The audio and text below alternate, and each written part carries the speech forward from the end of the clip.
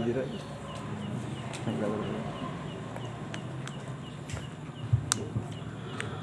billahi minasyaitonir rajim. Bismillahirrahmanirrahim. Nawaitu taqarruban ilallah wa mahabbatan bi Rasulillah wa tabarrukan bil mu'allif bi hadzal kitab wa tabarrukan bi hadzal ta'lim wal mu'allim.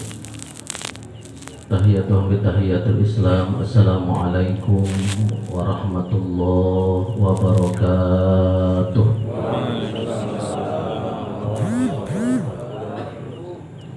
Alhamdulillahilladzi ba'atha Rasulullah sallallahu alaihi wasallam liutammima makarimal akhlaq. Asyhadu an la ilaha illallah al-malikul khallaq wa asyhadu anna sayyidana wa nabiyyana wa maulana Muhammadan abduhu wa rasuluh syafi'an fi yaumit talaq. Allahumma salli wa sallim wa zid ranim wa tafadhal wa barik ala sayyidina wa habibina wa syafi'ina wa maulana Muhammadin wa ala alihi wa ashabihi al-kiramil mujahidin at-tahirin walhamdulillahi rabbil alamin. Al-mukarramun wal muhtaramun wal mu'azzamun, guru-guru kita bersama yang tidak saya sebutkan satu persatu, tetapi insyaallah tidak mengurangi rasa hormat, ta'zim, cinta kita kepada guru-guru kita bersama. Para aparatur pemerintahan, Bapak Mandor, Bapak RT, Bapak RW, para tokoh masyarakat, para hujjaj, terutama yang mulia, dan semoga Allah muliakan bapak-bapak jamaah pengajian yang dirahmati Allah Subhanahu wa ta'ala. Tiada ada kata yang indah mengawali pertemuan kita pada malam hari ini selain untayan kalimat syukur kita kepada Allah Subhanahu wa ta'ala. Dari lisan dan hati kita, alhamdulillah wa syukurillah ala ni'amillah, pada malam hari ini kita bersama-sama masih bisa menunaikan salah satu kewajiban kita, yakni menuntut ilmu. Salat beriring salam semoga tercurah limpah kepada Habiban al-alam, Kanjeng Nabi Agung, Nabi besar Muhammad sallallahu alaihi wasallam. Semoga salat salam tercurah limpah kepada keluarganya, sahabatnya, tabi'in wa itba'u tabi'in, dan semoga tetap tercurah limpah kepada kita selaku pengikut setia Rasul sampai akhir zaman kelak. Amin amin ya rabbal alamin. Jemaah yang dirahmati Allah Subhanahu wa ta'ala, pada malam hari ini sejenak sedikit kita akan menukil salah satu makalah yang terdapat dalam kitab yang sungguh masyhur, Masaihul Ibad, makalah yang ke-10. Kitab ini dikarang oleh Imam Ad-Daruqutni dan disyarah oleh ulama Indonesia yang sangat terkenal tinggal di Makkah Al-Mukarramah yang bernama Syekh Nawawi Al-Bantan. Bismillahirrahmanirrahim. An Aliyin radhiyallahu anhu, makalah ke-10 didapati adalah nasihat yang disampaikan oleh Imam Ali karamallahu wajhah. Jadi Imam Ali gelarnya dua, Pak. Yang pertama radhiyallahu anhu, ayam mau dipotong, mudahan mulutnya gitu. Berkah ya. Berkah ayam pengen dipotong buat maulid. Oh. Imam Ali karamallahu wajhah. Jadi dalam kitab itu makalahnya dua. Ada makalah yang bersumber dari Nabi, disebutlah hadis. Makalah yang disampaikan juga oleh sahabat, tabi'in wa itba'ut tabi'in. Ada juga Nasaihul Ibad, maknanya nasihat-nasihat para ahli ibadah. Malam hari ini nasihatnya dari Imam Ali radhiyallahu anhu karramallahu wajhah. Jadi unik, hebat, masyhur. Gelarnya dua, sudah radhiyallahu an, didoakan juga karramallahu wajhah, semoga Allah memuliakan wajahnya Ali bin Abi Thalib. Mengapa disebut juga gelarnya karramallahu wajhah? Dalam Nihayatuz Zain dikatakan bahwa salah satu sebabnya adalah karena Imam Ali dari kecil itu nggak pernah lihat anunya, Pak. Nggak pernah lihat. Paham ya, Pak? Jadi dari kecil itu dijaga matanya, nggak pernah lihat anunya. Kalau bapak-bapak pernah lihat anunya? Pernah lah. Oh, pernah. Tadi akur-akurkan kan bahasa tulisan. Dulu mah kalau ngobak di sini kan telanjang ya, Pak. Diakur-akurkan lagi. Hujan-hujanan telanjang. Nah, Imam Ali itu nggak pernah lihat anunya, Pak.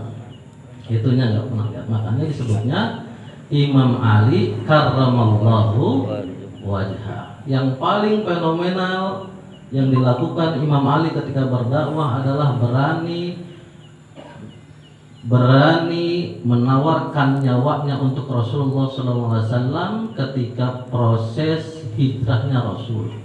Rasul sebelum hijrah dikepung dari kanan, kiri, depan, belakang, bahkan atas oleh kafir Quraisy.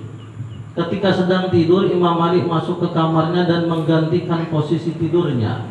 Lalu Rasulullah SAW keluar. Saking beraninya Ali bin Abi Thalib karramallahu wajhah pada masa mudanya, sehingga Ali yang juga keponakan Rasul itu diangkatlah menjadi menantunya, menikahi siapa anak Rasul? Fatimah Az-Zahra. Nah, keturunan-keturunan itulah yang sampai sekarang itu disebut habaib. Nanti yang dari Hasan, Husain, Ibrahim dan seterusnya. Habaib di Indonesia. Jamaah yang dirahmati Allah Subhanahu wa taala, lalu apa pesan Imam Ali karramallahu wajhah kepada kita? Annahu qala, sesungguhnya Imam Ali berkata, kata Imam Ali, man ishtaqa ilal jannati, man barang siapa ishtaqa yang rindu, siapa orang yang rindu ilal jannati ke surga. Siapa orang yang rindu ke surga? Bapak rindu ke surga? Rindu? Pernah lihat surga? Belum. Kalau rindu mah pernah ketemu. Dulu gadis tuh. Kalau misalnya di bahasa kita mah sama, kalau rindu sama gadis itu kesemsem ya. Wah, 2 hari 2 malam susah tidur. Rindu ketemu si dia, sehari 2 hari lalu pengen ketemu lagi, rindu. Atau yang kemarin materi kita tentang rindu kepada Rasul. Kepada Rasul, apa pernah kita ketemu dengan Rasulullah? Kalau sahabat-sahabat yang kemarin kita sampaikan kajiannya, materinya itu rindu dengan Rasul, dia pernah ketemu dengan Rasul, bahkan setiap hari beraktivitas dengan Rasul, berdakwah dengan Rasul, sehari 2 hari ditinggalkan Rasul, rindu tumbuh dalam hatinya. Kalau kita belum ketemu Rasul, belum pernah lihat surga. Man ishtaqa ilal jannah, kata Ali, siapa yang rindu kepada surga. Maka jamaah yang dirahmati Allah Subhanahu wa taala, materi ini bicaranya adalah bicara keimanan.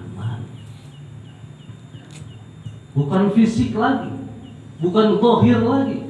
Kalau iman sudah bicara iman, maka percaya dalam hati. Sami'na wa ata'na, apa yang dikalamkan Allah, Rasulullah, para ulama. Jadi siapa orang yang rindu kepada surga, kata Imam Ali, maka saro'a ilal khairati, pasti bercepat-cepat untuk melakukan kebaikan. Karena rindu, karena pengen masuk surga. Surga kan sering yang saya sampaikan itu, mala ainun ro'at, belum pernah dilihat oleh mata, wala udunun sami'at, belum pernah indahnya terdengar oleh telinga, wala khatara ala qalbi bashar, bahkan terbersit saja belum pernah. Itu surga hebatnya. bagusnya Bali, bagusnya Amerika, bagusnya air terjun di puncak, itu lebih indah dari itu. Wala khatara ala qalbi bashar, belum pernah terbersit. Orang yang rindu akan surga, sara'a ilal khairati, maka dia cepat-cepat kalau ada kebaikan ikut, kalau ada gotong royong ikut, kalau ada jamaah ikut, kalau ada pengajian ikut, maka dia pengen cepat-cepat pengen jadi pelopor. Tadi Pak Mulya sampaikan pengen memberikan manfaat ikut, yang mendapatkan manfaat ikut, dan seterusnya. Saro'a, cepat, bahasa Arabnya saro'a itu cepat-cepat jadi pelopor. Kalau misalnya saya tanya Pak RT kemarin ngumpul keliling nguludan berapa satu orang? 100, 200. Kelewat rumah kita orang diambil sama Pak RT, kira-kira kita senang apa gembira? Senang apa gembira? Sedih apa senang? Misalnya nih rumah saya A11 misalnya, Pak RT lagi hari Minggu keliling, keliling sumbangan maulid 200.000. Rumah kita kelewat, senang apa sedih?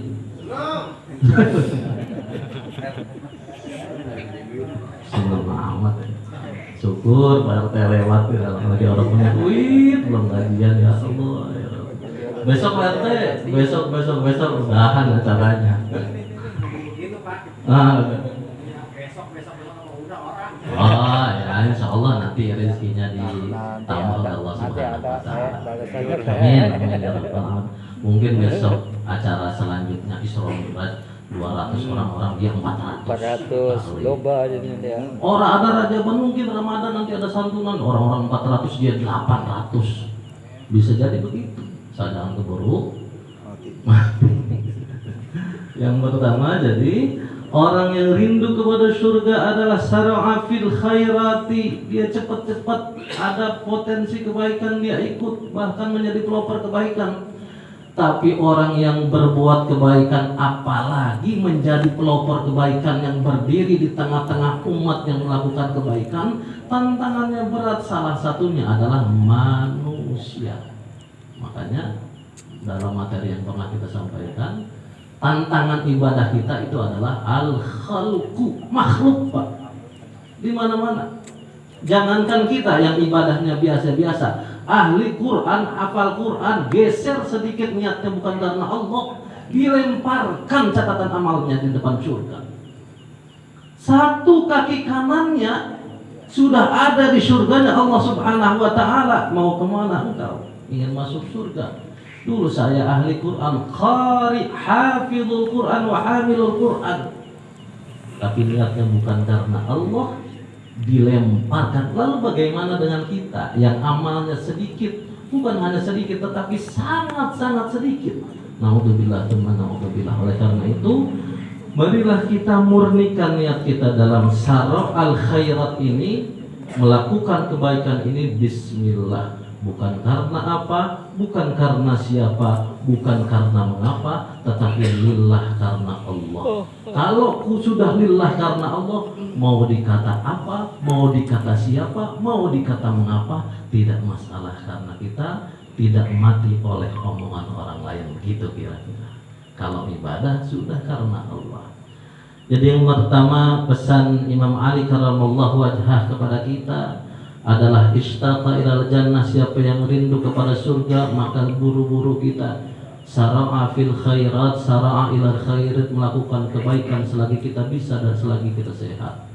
Yang kedua kata Imam Ali, waman, dan barang siapa isfaqa, barang siapa yang takut minan nari, terhadap api neraka, intaha anis syahawat, maka dia akan menurunkan tingkat hawa nafsunya di dunia.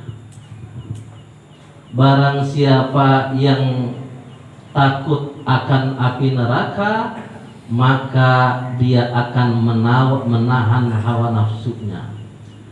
Jemaah yang dirahmati Allah Subhanahu wa Ta'ala, nafsu syahwat itu boleh apa enggak?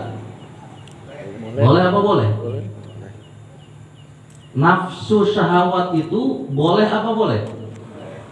Boleh Pak. Nafsu syahwat itu.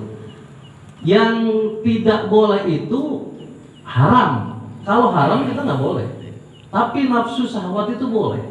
Yang tidak boleh juga adalah kita tidak mengekang hawa nafsu atau melepas hawa nafsu kita. Tidur boleh? Boleh.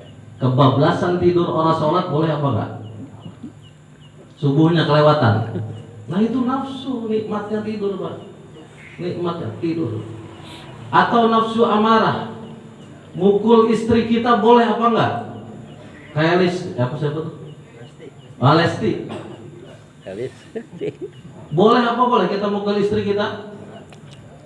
Enggak. Boleh apa boleh? Ya, hah? Dalam Quran boleh nggak kita mukul istri kita? Hah? Dalam Pak RT tidak boleh.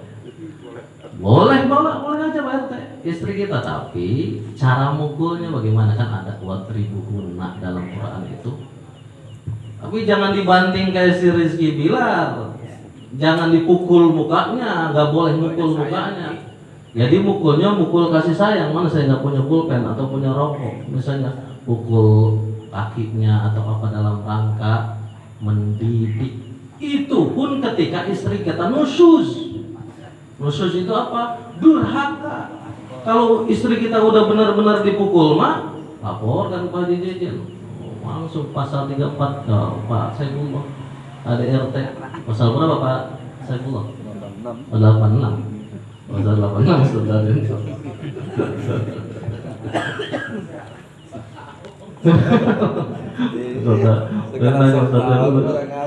Ngerti saudara, nggak boleh mukul pas masuk pasal KDRT, kekerasan dalam rumah tangga. Tapi dasarnya boleh kalau istri kita itu nusyuz namanya. Nusyuz itu durhaka. Dicerain juga boleh. Kan gampang kita mah kalau udah cerain istri ya Pak. Besok nyari kerja lagi begitu. Jadi kalau nusyuz boleh. Nah, tidur, marah boleh. Lalu apa lagi boleh? Macam-macam nafsu syahwat itu boleh, termasuk makan itu boleh. Yang nggak boleh itu berlebihan makanannya. Tidur boleh, yang tidak boleh adalah berlebihan tidurnya. Ketika tidur itu melalaikan kita kepada Allah Subhanahu wa Ta'ala. Oleh karena itu Imam Ali pernah berpesan, wa min istafaqa finnar iltaqa an-syahawat intaha an-syahawat. Barang siapa yang takut akan neraka, maka kita turunkan nih tensi dari syahwat kita, termasuk syahwat terhadap an-nisa, perempuan. Karena ini paling berat Pak. Paling berat. Yusuf hampir saja jatuh karena wanita.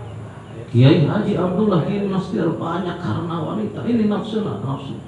Karena kalaupun secara biologis laki-laki itu kalau sama wanita itu tingkat biologisnya sangat tinggi. Betul apa betul?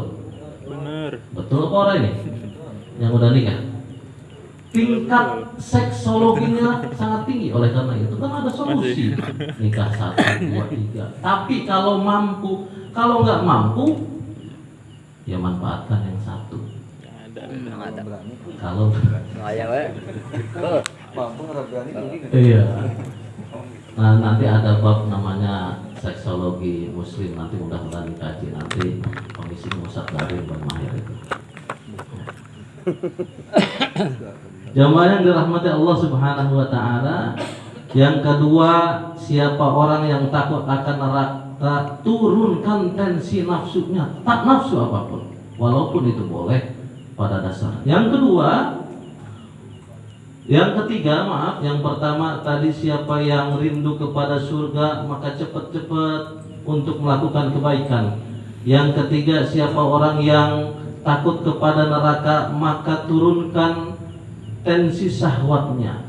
Dan yang ketiga kata Imam Ali, wa man tayaqqana bil mauti, barang siapa yang yakin akan datangnya kematian, in hadamat alaihi allata, maka akan hilang dari dirinya alaihi allata, kenikmatan dunia.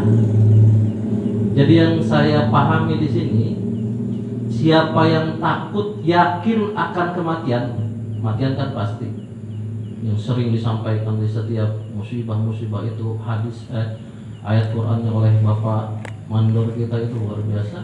Bapak Mandor itu Fa'idza jaa ajaluhum la yastakhiruna sa'atan wa la yastaqdimun. Jadi apabila kematian datang itu kapanpun itu pasti akan tiba. Siapa orang yang yakin kematian itu akan datang, in hadamat maka akan hilang alaihi lazzat. Orientasinya beda. Bukan menghilangkan kelezatan dunia, bukan menghilangkan orientasi semangat kita bekerja, bukan.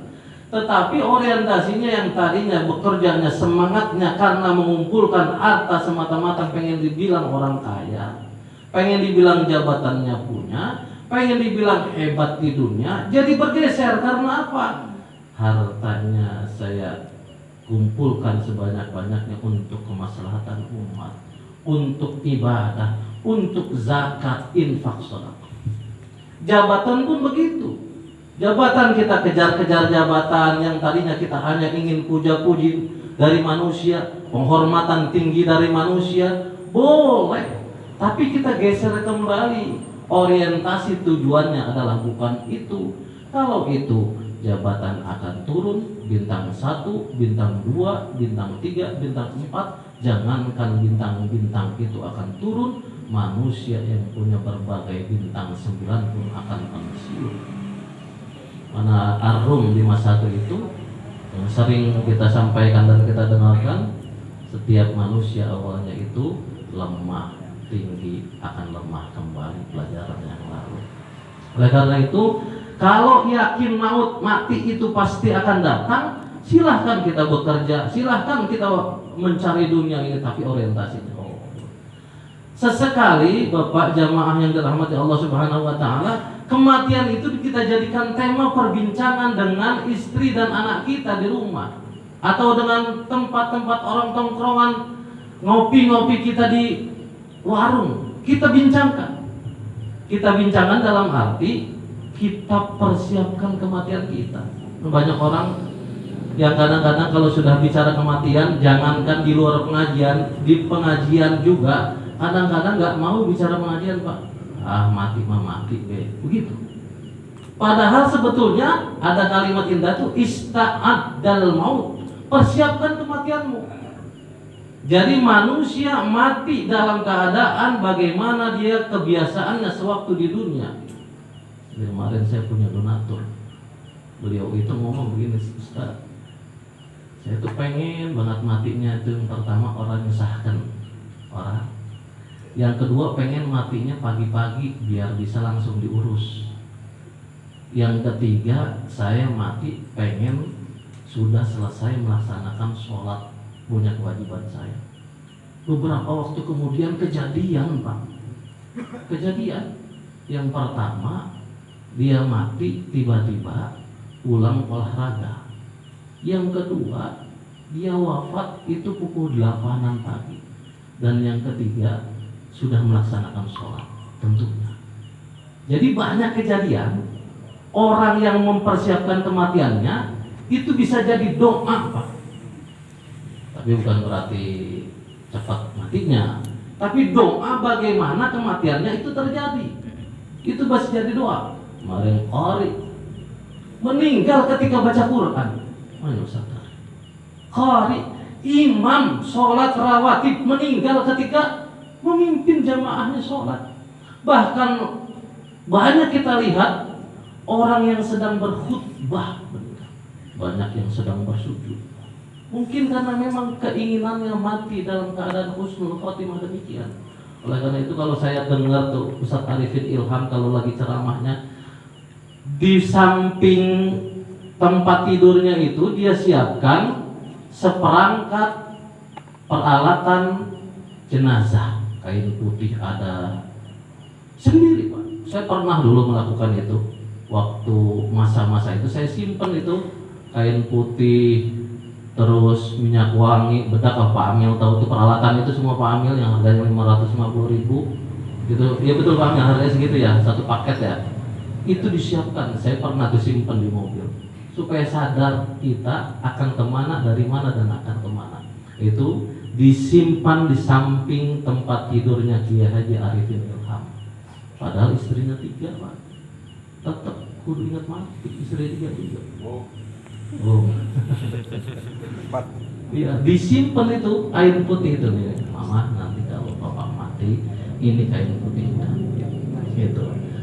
Tepatlah apa yang disampaikan oleh Imam Ali karramallahu wajhah, wa man tayaqqana bil mautu in hadamat alaihi ladzat. Barang siapa yakin akan kematian, maka hilanglah alaihi ladzat, kelezatan dunia dari dirinya. Bukan berarti hilang, tetapi kita reorientasi, tujuannya kita perbaiki. Dan yang terakhir 25:1 Bismillahirrahmanirrahim, yang terakhir wa man arafat dunya hatat. Barang siapa mengetahui akan dunia, hatat alaihi musibah, maka dia akan, barang siapa yang mendapatkan dunia, maka dia akan anggap itu sebagai musibah. Jadi kalau orang yang tawatu, orang yang sufi, orang yang takut akan ketiga poin tadi, kalau seandainya dia tiba-tiba di ujungnya benar-benar dapat amanah dunia, harta, jabatan, kekayaan, dan seterusnya, dia katakan itu adalah musibah. Kalau kita dapat duit 1 miliar, apa yang kita ucapkan? Alhamdulillah. Tapi kalau orang yang mendapatkan dunia dan dia sudah tahu itu adalah musibah, dia akan mengatakan inna lillahi wa inna ilaihi rajiun. Saya ingat ketika ngaji Kiai Haji Maimun Zubair itu pernah dikasih 1 koper, Pak Haji. 1 koper. Dia bilang sama santrinya, simpen di, terserah mau disimpan di mana. Ketika terakhir beliau berangkat haji, nanya lagi sama santri, itu koper disimpan di mana? Ada, Pak Kiai, di kamar khusus. Coba lihat. Ketika dilihat, uangnya itu jumlahnya kurang lebih 1 miliar. 1 miliar berapa? 1.000 juta. Pernah lihat? 1 miliar 1.000 juta. Akhirnya di momen keberangkatan Kiai Haji Maimun Zubair terakhir itu, beliau bawa koper itu, Pak, disebar, diberikan kepada orang yang membutuhkan di sana. Dia tidak mengambil sedikit pun. Ada juga Habib Segaf At-Taufik, beliau itu diberikan dunia ratusan juta. Dia sebar karena tidak tahu asal usul uang itu, dia sebar di lautan tanpa ada yang menerima. Disebar aja. Karena apa? Dia nggak tahu asal usul uang ini dari mana. Akhirnya, jamaah yang dirahmati Allah Subhanahu wa taala, bukan berarti kita meninggalkan dunia, bukan. Dunia harus dikejar, tapi orientasi dari dunia itu kita gunakan untuk ibadah kepada Allah Subhanahu wa taala. Barang siapa yang mendapatkan dunia di atasnya, maka bagi dirinya itu harus dianggap sebagai musibah. Akhirnya mudah-mudahan 4 poin yang disampaikan oleh Imam Ali karramallahu wajhah ini menjadi bekal menghadapi kita dalam perjalanan kehidupan. Yang pertama, siapa yang rindu akan surga, yuk sama-sama kita melakukan kebaikan dengan secepatnya. Yang kedua, siapa yang takut kepada neraka, yuk sama-sama kita turunkan tensi hawa nafsu kita. Yang ketiga, siapa yang yakin akan kematian, maka dikurangi tensi, kelezatan, kenikmatan dari kehidupan dunia ini. Dan jadikanlah harta kekayaan kita kalau banyak itu sebagai musibah untuk mengingatkan kita bahwa sehebat apapun kita, pulang-pulang kita akan hanya mendapatkan kain putih yang diukir dan dibetulkan oleh para amil kita. Demikian kiranya pukul 9:05, mudah-mudahan Allah Subhanahu wa taala memberikan hidayah terus pada diri kita sampai akhir hayat kita, seterusnya hidayah ini dialirkan kepada anak turunan kita, Amin ya Allah ya sehingga Rabbal kita wafat kita terus didoakan oleh ahli kubur dan ahli orang yang telah orang keluarga kita, sehingga kita mati dalam keadaan husnul khatimah. Amin amin ya rabbal alamin. A'udzubillahi minasyaitonir rajim. Bismillahirrahmanirrahim. Alhamdulillahirabbil alamin. Allahumma shalli ala sayyidina Muhammad wa ala ali sayyidina Muhammad kama shallaita ala sayyidina Ibrahim wa ala ali sayyidina Ibrahim wa barik ala Muhammad wa ala ali Muhammad kama barakta ala Ibrahim wa ala ali Ibrahim fil alamin innaka Hamidum Majid. Allahumma inna nas'aluka salamatan fid din wa afiyatan fil jasad